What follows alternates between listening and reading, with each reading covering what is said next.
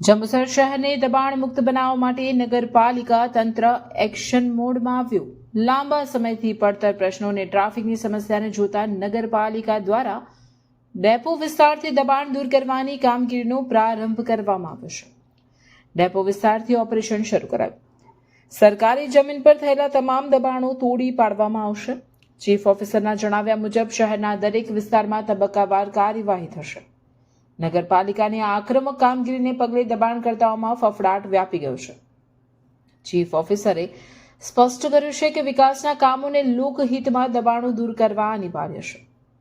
જંબુસર પાલિકાની લાલાખ ડેપો વિસ્તારમાં દબાણોનું સફાયું શરૂ।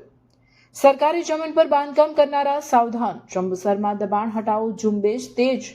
ચીફ ઓફિસરનું એલાન, જંબુસરના દરેક ખૂણેથી દબાણ દૂર કરાશે।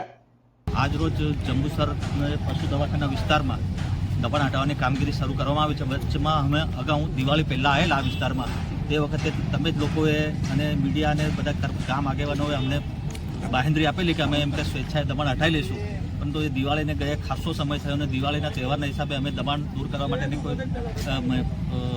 આપેલી, પણ આજથી હવે અમે જંબુસર નગર વિસ્તારમાં જે સરકારી જમીન પર જે દબાણો છે દૂર કરવા માટેની કાર્યવાહી શરૂ કરી છે। જંબુસર નગરના કયા કયા વિસ્તારોમાં દબાણ દૂર કરવાના છે? જંબુસરમાં જે મેઇન રોડ પરના જે છે લોકોને ટ્રાફિકની સમસ્યા છે એ વિસ્તારો પહેલાં અમે કવર કરવાના છે। જંબુસર નગરમાં સાહેબ જાહેર માર્ગો પર જે પાર્કિંગ કરીને જતા રહે છે એમના માટે કોઈ વહીવટદારને આપને જાણ કરેલી છે?